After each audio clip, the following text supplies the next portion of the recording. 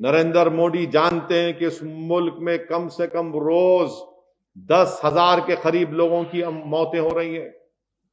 10,000 کے قریب لوگوں کی موتیں ہو رہی ہیں اور یہ تمام ذمہ داری بھارت کے پردھان منتری پر عائد ہوتی ہے.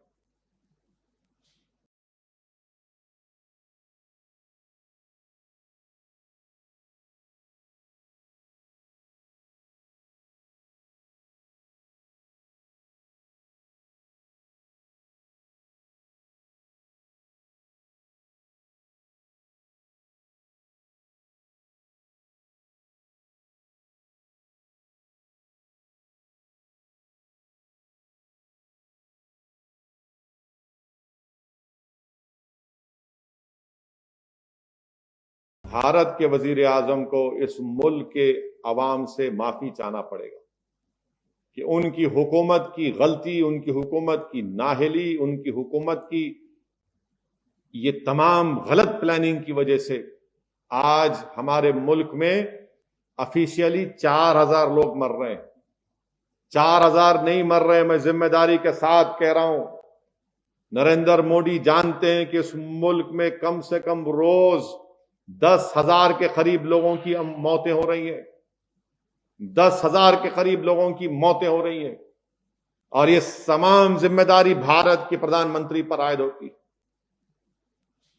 میرے مخالفین یہ سمجھ رہے ہوں گے کہ اسد الدین اویسی ایک سیاسی بات کر رہا ہے. نہیں کہہ رہا ہوں، پورے دلائل کے ساتھ کہہ رہا ہوں کہ اس حکومت کو ان کے سائنٹسٹ بول چکے تھے کہ کووڈ-19 کورونا کا دوسرا سیکنڈ ویو آئے گا. یہ سو رہے تھے. ان کے پاس سب چیز، ہر چیز بتا دی گئی تھی مگر انہوں نے کچھ تیاری نہیں کی. آپ بتائیے، سپریم کورٹ کے سامنے حکومت جا کر کہتی ہے، کیا کہتی ہے نریندر مودی کی حکومت کے نریندر مودی وزیر اعظم اور Amit Shah home minister oxygen کے ذمہ دار ہیں. اگر وزیر اعظم اور امت شاہ آکسیجن کے ذمہ دار ہیں تو پھر سپریم کورٹ نے علیحدہ کمیٹی کیوں بنائی؟ اس لیے بنائی کہ سپریم کورٹ نے دیکھ لیا کہ وزیر اعظم اور ہوم منسٹر پر بھروسہ نہیں کیا جا سکتا. اسی لیے سپریم کورٹ نے ایک ایکسپرٹس کی کمیٹی بنا دی. کیا اس بات کو نہیں مانتے وزیر اعظم کہ سپریم کورٹ کے سامنے آپ کا ایس جی اٹھ کر کہتا ہے کہ اس ملک میں آکسیجن کی ذمہ داری وزیر اعظم اور وزیر داخلہ بذات خود کی ذمہ داری ہے؟ تو پھر آج سپریم کورٹ نے آپ کی بات کو مسترد کیوں کیا؟ اس لیے مسترد کیا کہ آپ میں وہ قابلیت نہیں ہے. سپریم کورٹ نے آپ پر بھروسہ نہیں کیا.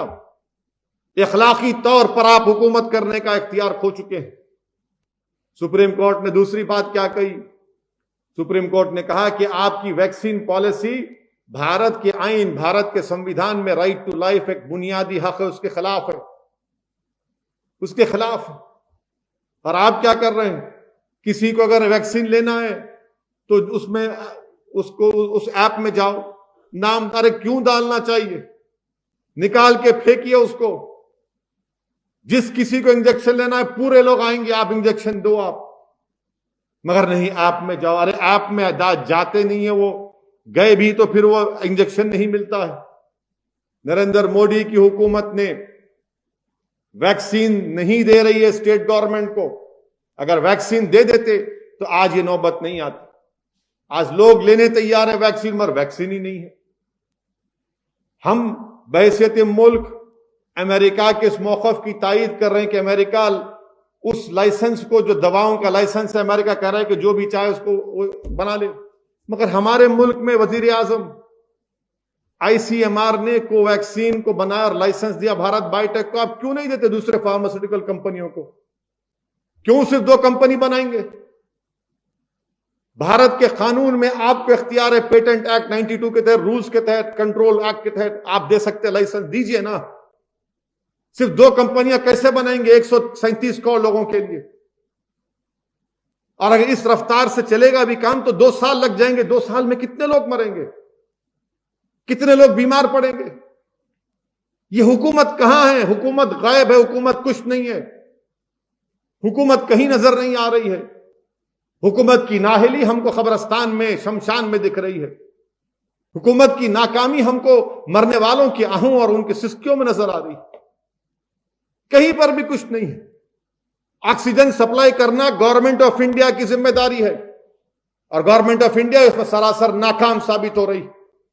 آکسیجن سپلائی کرنا آپ کا کام ہے. بھارت کے وزیر اعظم آکسیجن نہیں مل رہا ہے, آکسیجن نہیں مل رہا ہے, باوجود اس کے آپ جھوٹ بول رہے ہیں. آپ کی سرکار ٹرین میں آیا فلاں, کہیں نہیں آ رہا, آکسیجن نہیں مل رہا ہے.